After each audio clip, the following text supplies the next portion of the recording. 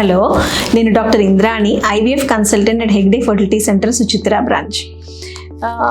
ఈ సంతానలేమి సమస్య అనేది ఈ మధ్య కాలంలో చాలా ఎక్కువగా చూస్తున్నాం. సో 6 మంది కపుల్స్లో ఒక కపుల్కి ఈ సంతానలేమి సమస్య ఉందని నిర్ధారణ అయింది. సో ఈ సంతానలేమి సమస్యకి ఆడవాళ్ళ నుంచి మగవాళ్ళ నుంచి కూడా కారణాలు ఉన్నాయి.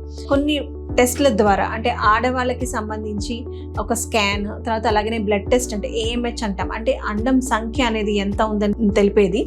అలాగనే మగవాళ్ళకి సెమెన్ అనాలిసిస్ ద్వారా, అంటే ఈ స్పర్మ్ కౌంట్ కానీ, మొటిలిటీ కానీ, లేదంటే మార్ఫాలజీ కానీ, ఇవన్నీ ఎలా ఉన్నాయనేది దాని ద్వారా మనము కనిపెట్టగలం. సో ఈ టెస్ట్లు అవన్నీ చేసుకొని వాళ్ళకి ఎటువంటి ఇబ్బందులు ఉన్నాయి, వాళ్ళకి ప్రెగ్నెన్సీ రావడానికి ఏమన్నా ట్రీట్మెంట్ అవసరం ఉంటుందా లేదా అనేది, ఇలాంటి సలహా ఒక్కసారి తీసుకోవాల్సిన అవసరం ఉంది.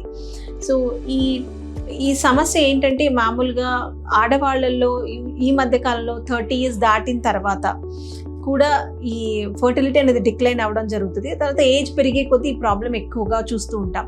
సో ఆడవాళ్ళు ఎవరైతే 30 years దాటిన తర్వాత వాళ్ళు 6 months అయినా వాళ్ళకి ప్రెగ్నెన్సీ రాకపోయినా, అలాగనే ఏజ్ అంటే లేట్ మ్యారేజెస్ అయిన వాళ్ళకి, అంటే 35 years దాటిన తర్వాత కూడా వాళ్ళకి 6 months ట్రై చేసిన ప్రెగ్నెన్సీ రాకపోయినా, ఒకవేళ ప్రెగ్నెన్సీ ఇప్పుడే వద్దు తర్వాత ప్లాన్ చేసుకోవాలనుకున్న వాళ్ళకి కూడా ఏంటంటే ఈ టెస్ట్లు అవన్నీ చేసుకొని వాళ్ళు ఎవాల్యుయేషన్ చేసుకోవడం ఇంపార్టెంట్ అని నా సలహా.